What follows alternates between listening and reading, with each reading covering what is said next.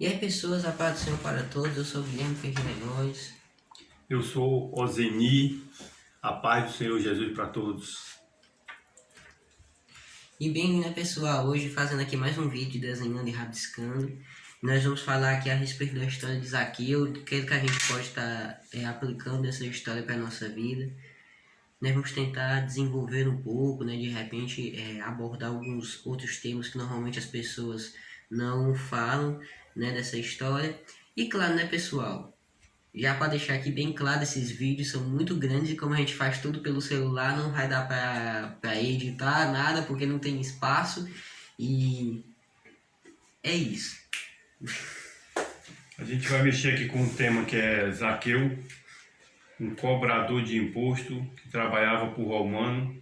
Porém, Zaqueu ele era israelita, da descendência de Israel.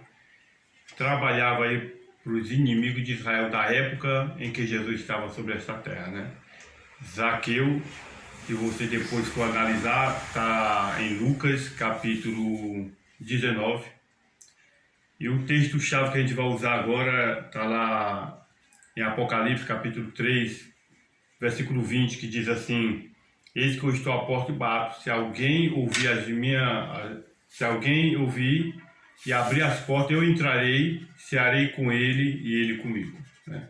Que nós possamos entender esse texto, vamos mesclar ele aí com as atitudes de Zaqueu ao encontrar-se com Jesus. Sim. Né, eu acho que dá para aprofundar um pouco mais isso daí, né? Porque a gente consegue, né, estar percebendo muitas coisas na história de Zaqueu, né? Como por exemplo, ele era um cara que ele trabalhava como cobrador de impostos, a profissão dele era muito mal vista, e quando ele foi ao encontro de Jesus, que gerou essa curiosidade de saber quem é que era Jesus, ele foi meio que tentando se esconder, né, da sociedade, querendo ir nas sombras, subiu lá em cima daquela planta. A gente sabe muito bem como é que é a história de Zaqueu. E quando a gente começa a estudar assim, um pouco a respeito assim, do cérebro humano, desenvolvimento, né, dos nossos pensamentos, como é que funciona a nossa mente, a gente descobre muitas coisas. E uma das principais é que o ser humano ele tem instintos primitivos, né? A nossa mente não foi feita para nos fazer feliz. Ela é feita para nos fazer sobreviver. Pois a gente tem a mesma programação das pessoas que viviam na época das cavernas e tal. E, né, essa timidez, isso é um instinto, né, da pessoa, porque o ser humano ele tem tendência a ter medo daquilo que é novo, porque o novo ele pode apresentar algum risco. Então, o cérebro ele vai começando a formular algumas, como é que eu posso dizer, alguns obstáculos, isso, que façam algum sentido para que a pessoa venha a querer evitar aquilo. Não é como, por exemplo, né, a pessoa pode querer, sei lá, abrir um novo negócio, aí ela fica pensando, não, eu preciso estudar um pouco mais, não, preciso de um pouco mais de dinheiro. Ao invés da pessoa já querer começar logo com aquilo que ela tem, né, e já ir se desenvolvendo para no futuro já poder ter pelo menos meio caminho andado. Esse é o exemplo que eu consigo pensar agora nesse exato momento. O que é que você tem a dizer a respeito disso, tio? A raça humana, né, incluindo eu, que sou humano também, vocês podem ver aqui carne e osso, né? Tem gente que diz que não, mas eu afirmo, sou humano sim. E lá no livro de Gênesis vai explicar bem direitinho a nossa humanidade, né? Antes da queda do homem, nós éramos perfeitos. Criados pelo amor de Deus, soprado pelo próprio fôlego do Deus vivo, nos tornamos semelhantes a Ele em tudo. Até na sua forma magnífica de comunhão com Deus sem nenhum obstáculo. Desde que o homem e a mulher desobedecem a Deus, aí nós vamos entender um pouco aí a natureza humana. Na desobediência, em ouvir o adversário e desobedecer a Deus, tendo como símbolo aí a maçã, quando comermos aquela maçã, quando o homem e a mulher comeu aquela maçã, ele fez parte da genética do ser humano, né? Na digestão, na distribuição ali para a célula sanguínea. Então o homem passou a enxergar agora o adversário, enxergar agora a realidade dele coisa que ele não enxergava. Ele não se enxergava nu, nunca tinha sentido medo, ele passou a se esconder. Então, todo esse processo na genética humana, do qual afastou ele de Deus, né? Então, nós temos esse alimento. Nosso primeiro alimento não foi a ceia com Cristo, não foi um alimento, um banquete celeste. Nosso primeiro alimento foi, lamentavelmente, foi com o mal, né? Com o maligno. Então, por isso que nós temos essa descendência, inclinação para o mal. Nós sofremos muito ou pensamos duas vezes antes de fazer o bem. Pensamos demais, né?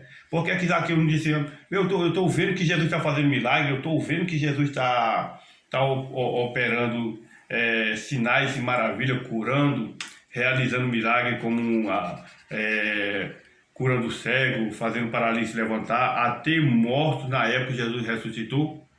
Ao ouvir esses milagres todos, Zaqueu poderia muito bem dizer assim, sabe uma coisa? Jesus é o caminho, a verdade e a vida. Eu creio que ele é o Filho de Deus e acabou a história. Mas tem todo o processo de ele se esconder, justamente explicando aí a descendência aí do qual é o nosso antepassado e que ainda habita em nós, que sofrer muito em fazer o bem, né? Nós somos rápidos em fazer o mal, mas quando é para fazer o bem, nós pensamos muito, calculamos muito, porque é isso, como disse aqui nosso irmão, do qual nós temos medo, né? Do novo. E quanto mais se esse novo for a presença de Deus, né? E se explicar aí o porquê que Jesus, quando faz o milagre no barco de Pedro, quando Pedro ali não pesca nada, Jesus diz assim, vai mais além, lança a tua rede. E ele, quando lança a rede e vê aquele monte de peixe, Pedro lança-se na água, vai até Jesus, dobra os joelhos e diz uma palavra interessante, diz assim, afaste de mim, Senhor, porque eu sou um pecador. Não era mais lógico ele dizer assim, Senhor, gostei tanto do milagre que quero que o Senhor se achegue mais a mim, mas a tendência dele se afasta, né? Então essa é a nossa tendência, a se afastar daquilo que é novo, porque o novo nos causa pânico. E o único que pode tirar esse pânico nosso, da novidade do reino de Deus, é a própria ação do Espírito Santo. Então, vou fazer uma pergunta aqui para o nosso irmão a respeito do porquê que Zaqueu teve a iniciativa de procurar Jesus. Isso foi obra dele ou já tinha ali uma ação do Espírito Santo na vida dele? Depois de umas 4 piscadas de olho, já. Não, eu tenho quase certeza, porque, né, a gente percebe assim que normalmente essa curiosidade ela não vem assim do nada, né? Quando vem assim um interesse assim de uma pessoa por alguma coisa. Nunca vem do nada, então sim, eu creio que sim, teve uma ação ali de espiritual, Deus. né?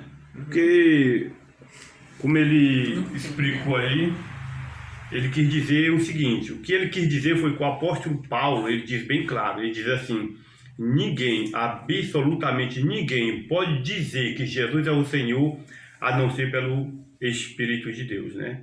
Quando Zaqueu toma uma iniciativa, irmão, ele está liberando ali o seu coração para que o Espírito Santo lhe leve até a presença de Deus. Eu não posso dizer que Deus é o Senhor, que Jesus é o seu Filho, a não ser pela ação do Espírito, né?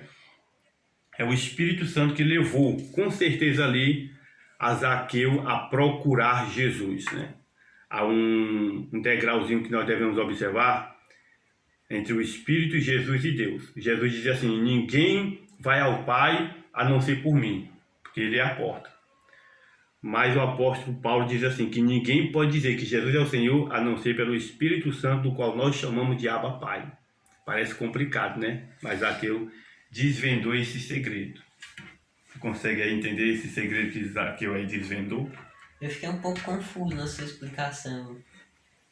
Daqui a pouco eu entendo, tenho certeza. Ora, nós vemos no texto bíblico Zaqueu com vergonha de encontrar Jesus, com vergonha dos irmãos dele por ser cobrador de imposto, ele era mal visto, ele era a pessoa ali que ninguém dava nada por ele, apesar de ele ser rico, mas era um rico desprezado na sociedade pelos seus irmãos, porque a sua riqueza que ele amontoou era totalmente, segundo os seus irmãos na fé, corrupto, porque ele cobrava imposto e os seus próprios irmãos trabalhando para o inimigo romano, né? Sim. Então, para abraçar o homem daquilo ali, trazendo para o nosso dia, que é como se nós olhássemos aí para um político do qual nos prometeu aí tantos benefícios, né? E a gente vê que está assinando aí planos de projeto, desviando dinheiro, fazendo tantas coisas. Para você, na outra eleição, abraçar esse homem, você precisaria ter o mesmo cinismo do mesmo, né? Do tal moço. Então é como você hoje abraçasse aí, se fosse baixar o nível, abraçasse aí pessoas prostitutas, né? Que a pessoa passa de largo, passa de longe, mas que tem o seu ganho aí de uma maneira ilegal, vendendo o seu próprio corpo, vendendo aí o seu próprio caráter, né? Mas Jesus já olhava diferente. Jesus nunca olhou como um eu ou como você olha um para o outro, né? Eis aí a questão do porquê as igrejas estão cada vez ficando estreitas, né? Futuramente, se nós não mudarmos a maneira de olhar para um rico ou para olhar para um pobre, a tendência é fechar as portas do Evangelho. Já que o Evangelho veio para eles, né? E o Evangelho veio para os pobres. Uhum. Só que esse é um negócio assim, você tinha falado, né, anteriormente desse negócio de classe, você acha que pode ter acontecido algum preconceito nisso? Certeza. Imagino eu que depois de tanta roubalheira e roubo, vamos resumir agora aqui o assunto, depois de Zaqueu ter roubado tanto, irmão, porque uma coisa é chegar a minha conta de luz, digamos aí, R$60, vamos chutar. Aí eu tô acostumado a pagar entre 50 e 60. De repente chega aí R$300 de conta de luz, você acha que eu vou desembolsar sem fazer cara feia? Vou querer saber, né? Tem alguém aí fazendo alguma coisa na minha conta. Como diz aquele ditado, né? A parte do corpo que mais dói é o bolso. Bora. Ninguém quer sair perdendo. Então o Zaqueu, ele cobrava imposto para o Império Romano, trabalhando diretamente para César, o imperador da época, mas além de ele cobrar para os romanos, ele cobrava um pouco a mais que é para embolsar também. Aí ele trocou de casa, ele na época não era um carro importado, mas era o melhor cavalo de luxo ele tinha na sua casa, os filhos tinham tudo do bom e do melhor, porém uma coisa que ele não tinha era o carinho e ser bem visto na sociedade, né?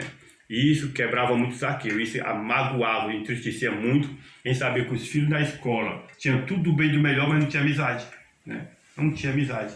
Então, para pessoas que não têm o melhor, que é ser bem visto, ser uma pessoa amada na sociedade, ser pessoa desejada. Eu gosto de tanto ter uma pessoa que eu fico me perguntando quando será que pessoas vão vir aqui na minha casa, né?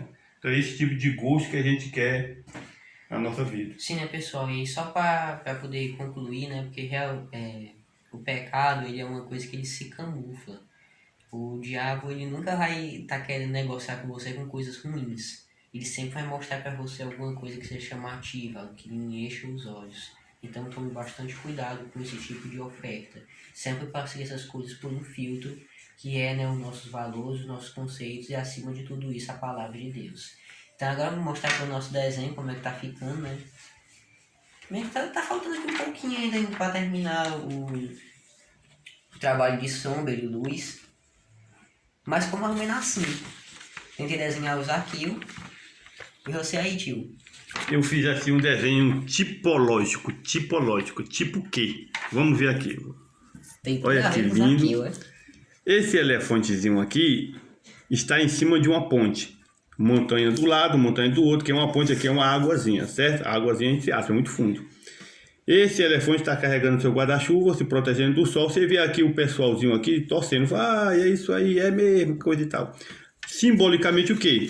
Este elefante sendo pesado, ele não poderia estar nessa ponte, mas ele teve a ousadia, que nem Zaqueu, da mesma forma, de atravessar em busca do quê? Do outro lado, o objetivo, correndo um risco muito grande que é cair aqui, certo? E ainda se protegendo, irmão. Quem está correndo um risco desse, pensa em se proteger, mas esse bichinho protegeu-se, trazendo guarda-chuva contra o sol. E torcendo. Ninguém pode ir para lugar nenhum se não tiver uma turminha torcendo por você. Eu torço por você, em nome de Jesus. Vai em paz. É isso, pessoal. Tchau e amém.